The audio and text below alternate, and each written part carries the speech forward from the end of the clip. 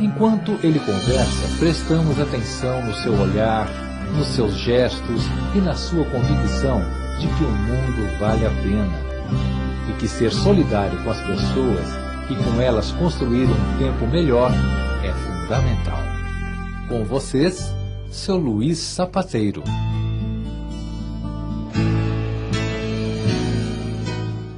Meu nome é Luiz Gonzaga da Silva.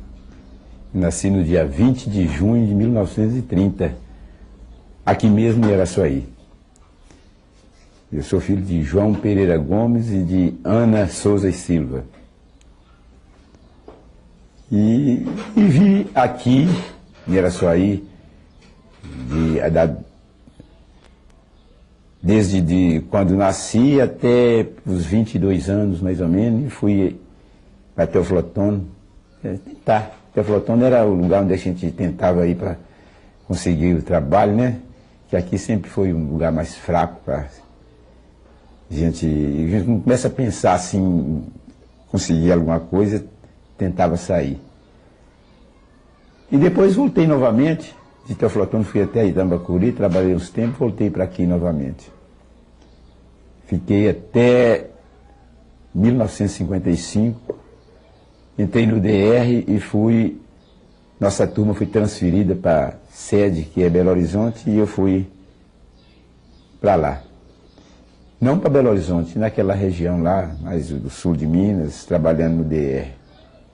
Foi 6 meses e pouco tempo também, tornei voltar a Belo Horizonte, já tinha um irmão lá, e eu estive lá passeando em dezembro de 55, passei, e ele falou comigo que lá para minha profissão era bom e tal, então voltei para a turma, trabalhei mais uns 2 meses e voltei para Belo Horizonte tentando trabalhar lá. Hoje nós somos 6 irmãos. Até 2 anos atrás nós éramos 7. Era 5 mulheres e 2 homens. Hoje são os 2 homens e 4 mulheres, né? No nosso tempo era bem diferente de hoje, né? Os pais tinham muita autoridade sobre os filhos. E lá em casa não era diferente. Graças a Deus, os velhos manteram nós muito unidos. Lá em casa até hoje, do mais velho até a mais nova, inclusive os nossos filhos que nós estamos criando, nenhum chega para o outro e diz, você é isso ou você é aquilo, não fala, sabe? É um costume que veio assim e até hoje, graças a Deus, um não xinga o outro assim, de forma nenhuma. Graças a Deus foram unidos. Agora, mãe tinha um sistema muito bom que levou a gente assim, porque todo menino briga, a qualquer tempo foi assim, mas esse irmão meu era mais velho. Quando a gente aprontava uma brigazinha lá, briga comum de menino, sabe? E ela pegava e mandava nós ir buscar lenha junto, né? Até, apesar de analfabeto, parece que tem uma tática que ela tinha, né? E ele era maior, ele tinha que arrumar a lenha para mim, né? Aí nós nunca tivemos inimizade uns com os outros, né? Ela tinha essa maneira de fazer isso. Ele tinha que cuidar de mim, né, lá no mato. Tenho. Quer dizer, não é como um todo, mas tem muita coisa que deixa saudade na gente, né? Era uma vida simples, mas como eu estou te falando, era a maneira, né, de vida de quase todo mundo, era aquela. Tinha muita coisa boa, sabe? Essa amizade, essa convivência com o vizinho, que hoje é bem mais difícil, né? Uma confiança uns nos outros, isso não existia demais. Então, os brinquedos eram diferentes, né? A gente brincava até lá por volta dos 15 anos, com brinquedos simples, de estar correndo, brincando, pulando cerca, fazendo opção de brincadeiras de criança mesmo, que hoje você vê aí, não existe isso mais. O menino que pega 10 anos, brincadeira de menino, ele não aceita mais, né? Então aquilo era O menino tinha uma simplicidade diferente da vida de hoje. E aquilo a gente vê os meninos brincando hoje, a gente fica até, nós que é daquele tempo, fica até, às vezes faz raiva na gente, porque os meninos não respeitam, né, as pessoas mais velhas. Um conhecido seu falou, vou contar seu pai, ele mudava, ele era diferente, aquele respeito que tinha. O outro menino falava, vou contar sua mãe, ele ficava meio apavorado, porque ele sabia que ele ia ser repreendido. Hoje, os meninos pintam, bordam, fazem o que quer, você vai falar com eles, te xinga aí, sabe? A gente tem saudade do tempo, assim, de aquela simplicidade, aquela... uma condição mais era mais humano, né? A pessoa não era tão duro da forma que hoje a gente vê, né? Olha, mãe era uma pessoa, era a dona de casa. Coisa que hoje nós não encontramos mais dona de casa, né? Hoje as mulheres não... Se falar dona de casa, ela não gosta muito, não. Ela quer trabalhar fora. E mãe era dona de casa que gostava da casa, né? Gostava de cozinhar, da limpeza da casa, de lavar roupa ela mesma.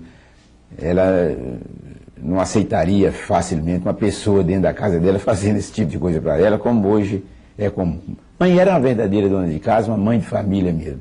E tinha aquele prazer de criar os filhos junto dela para ela estar perto, vendo, né? Lavava era roupa para os outros, né? Além de cuidar da casa, lavava roupa para os outros. E às vezes trabalhava numa casa, né? De uma pessoa amiga que podia pagar, sabe? Às vezes a gente ficava em casa e assim, os maiores estavam olhando os menores. Era uma verdadeira dona de casa. E honestidade, eu vou te falar, não tem nem que discutir. Era honesta, séria, sabe? Meu pai era pedreiro, né? Trabalho honesto, duro, e, para falar a verdade, para nós aqui no interior, ontem mesmo eu estive conversando nisso, é um trabalho desvalorizado, de uma forma estúpida até, e quando o pedreiro cobra um pouquinho de dinheiro qualquer, você acha que está caro demais, não lembra que ele compra a colher, a pá, a pichada, o prumo, tudo por conta daquele dia de serviço que trabalha.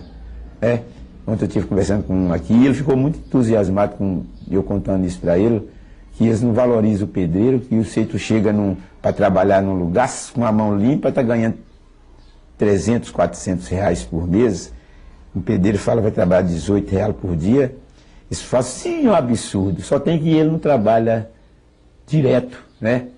E tinha aquelas falhas de uma semana trabalhava, ficava 2 dias.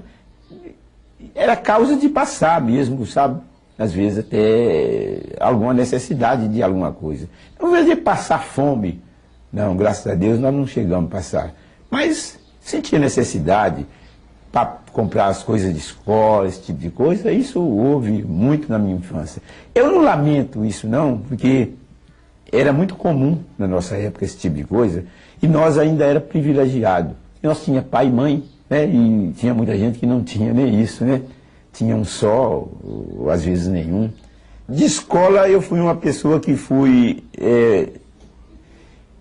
talvez pela repressão de dentro de casa, a gente não tem o que os meninos têm hoje. Você vê um menino de 6 anos, ele chega na escola e arrebenta logo, porque ele tem aquela...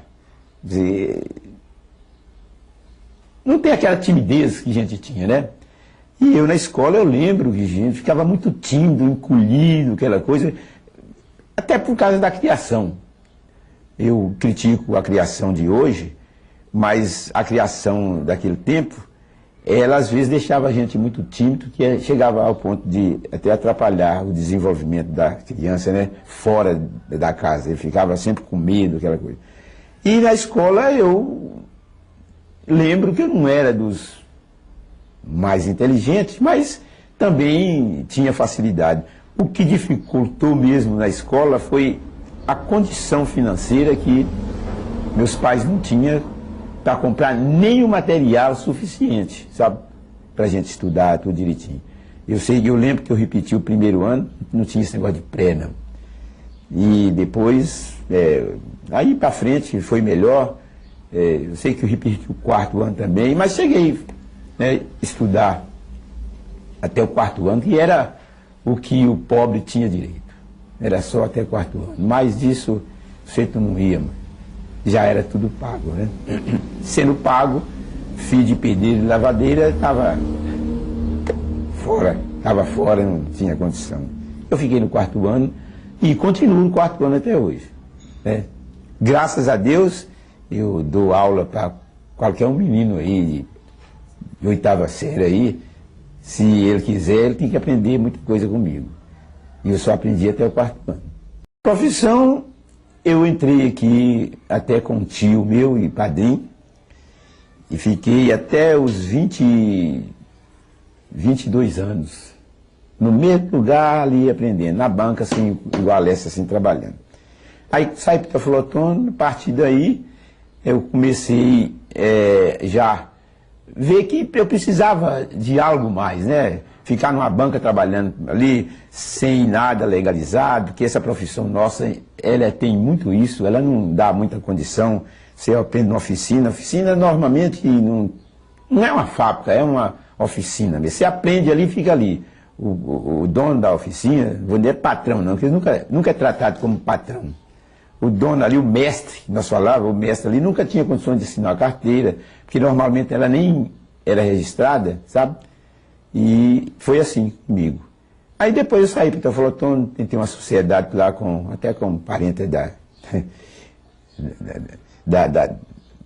dessa menina aí, primo de Camilo, o pai dela. E acabou não dando muito certo, trabalhei uns meses lá, uns 6 meses, parti para Itambacuri para trabalhar na banca de novo para um outro moço que está com terra nossa, e voltei a Araçuaí novamente. E naquele caminhar de ficar trabalhando assim, a gente vai tomando mais experiência e aprendendo mais alguma coisa, além do que eu tinha aprendido aqui na sapataria do meu tio, né? Aí foi em 55 que eu entrei no DR, porque era muito difícil. Você pensar no futuro, você tinha que pensar no emprego, numa carteira assinada, sabe? Que a gente está sempre pensando. Aqui tem aqueles acomodados que até hoje eles não importam com isso, fica trabalhando aí, não importa. E eu pensava, casar, tá namorando, pensa em casar. E se você casar trabalhando nessa situação, você tem medo. Eu tinha medo de trabalhar, casar trabalhando dessa forma, e aí passar necessidade, começa a vir filho e tal. Aí depois, quando eu passei a viver em Belo Horizonte, aí eu casei trabalhando na profissão mesmo. Mas lá já tinha uma condição melhor na profissão, né? Mas eu fui mesmo me aperfeiçoar mais na profissão, foi quando eu comecei a trabalhar por minha conta própria, né? Que aí eu mesmo criava, sabe? Eu nunca tive um mestre para poder tirar um modelo de uma sandália, para me ensinar a cortar a sandália. Sabe? Eu trabalhava na banca, assim, sabe? Fui aprendendo quando eu tomei a decisão de trabalhar por minha conta e eu mesmo fui, né, fazendo assim. E até hoje estou na profissão desse tipo. Você nunca sabe tudo, sabe? Está sempre aparecendo coisa nova. Tem coisa que eu nem tento fazer, que não dá para mim, é coisa que não, né? A profissão, ela modifica muito essa profissão. O calçado é um tipo de coisa que modifica muito. Ela não é fixa, aquela coisa que você aprendeu, sabe, não. Você tem que estar aprendendo todo dia.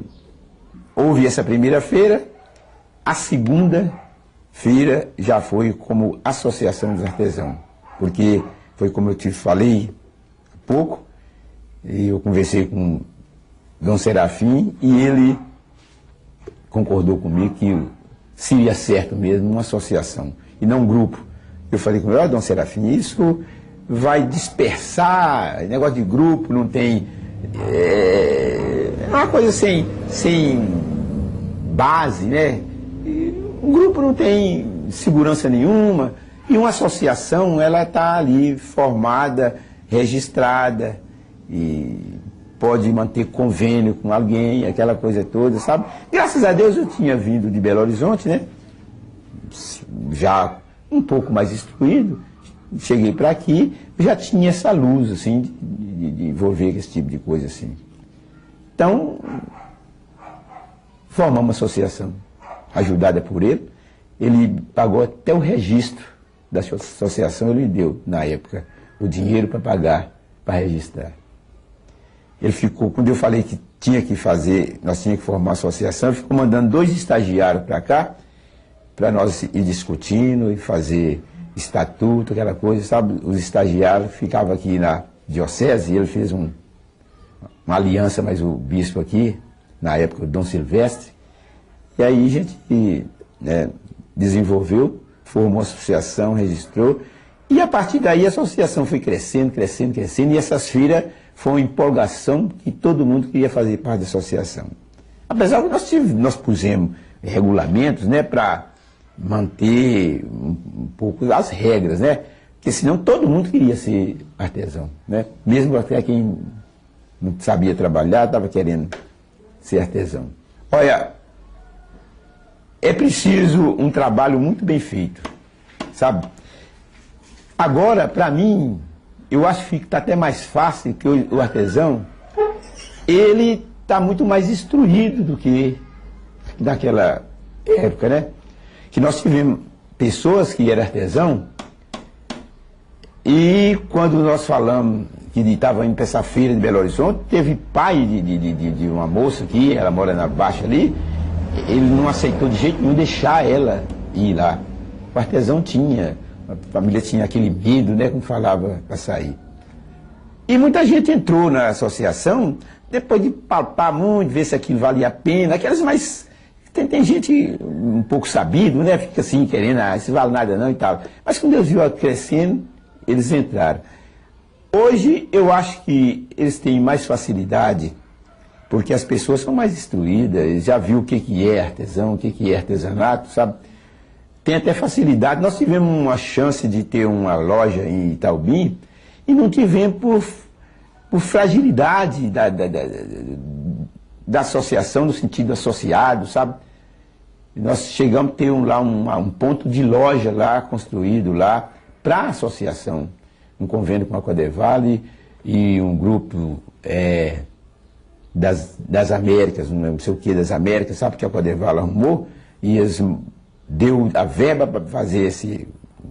Ele deve existir, existe lá, só não é da associação, né? Que o prefeito lá acabou tomando conta daquilo, mas nós tivemos chance de expandir muito mais, sabe? E quando eu falo que foi fragilidade mesmo da condição do artesão ser ainda muito ingênuo nesse sentido de querer avançar, aquilo acabou, nós perdemos a oportunidade de ter uma loja lá que podia estar até hoje. Talvez outras pessoas assim até não vê, né? Porque eu também sou uma pessoa, sou um cristão e praticante, não sou daquele que só batizei e acabou não, sabe? Eu sempre tive entrosado dentro da igreja, lendo, tomando conhecimento. Então, isso leva a gente a conhecer e saber o que é ser feliz, por que ser feliz, né? Porque muita gente não sabe distinguir a felicidade, acha que é ter muita coisa. Eu não consegui muito, mas consegui o suficiente para mim poder ser feliz, né? Eu tenho uma família, eu tenho 8 filhos, todos eles sadios, né? Eu nunca deitei numa cama de um hospital para fazer um tratamento, para passar um dia lá internado por causa disso ou daquilo. Graças a Deus eu não conheço isso. A minha mulher também não. Quer dizer, então você não tem muita coisa a queixar, né? Tantas coisas que a gente vê. Então, tem alguma coisinha que deixa a gente assim um pouco triste por ver alguma coisa que acontece com a gente, mas depois quando você tem a consciência que eu tenho do dever cumprido, do procedimento que eu sempre tive, você vê que isso é normal. Sobre o caso mesmo da associação aqui, eu saí da associação afastei dela, porque um presidente que eu mesmo coloquei lá dentro, ele acabou, falou que eu estava lá fazendo isso, quando eu estava lá, que eu fazia isso, fiz aquilo. É aquele negócio que uma coisa quando está andando muito bem, né, fica muita gente tudo de olho, né, e vendo aquilo. Você não pode nem cuidar da sua vida particular. Se você tiver uma ascendência na sua vida particular, para eles é tirado daquilo, né? Eu tive que provar a eles que, para a associação chegar naquele ponto, eu tive que tirar até daqui, ó, do meu próprio bolso. Porque toda a vida eu trabalhei e tive sempre um negócio meu, sabe? E não tinha necessidade disso. Ah, valeu, né? Eu criei 8 filhos trabalhando nisso, né? E eu não dei vamos dizer, uma condição para formar, mas todos eles hoje têm 2º grau, sempre viveu aí aqui dentro de Araçuaí, no meio da sociedade, quer dizer, dentro dos ambientes melhores que nós temos por aqui, teve sempre essa condição de estar no meio uma condição de gente humilde, mas decente, né? Quer dizer, não tem muito o que reclamar da profissão. O que a profissão não dá status, né? Mas é que ela te garante o sustento da família, isso não tem dúvida.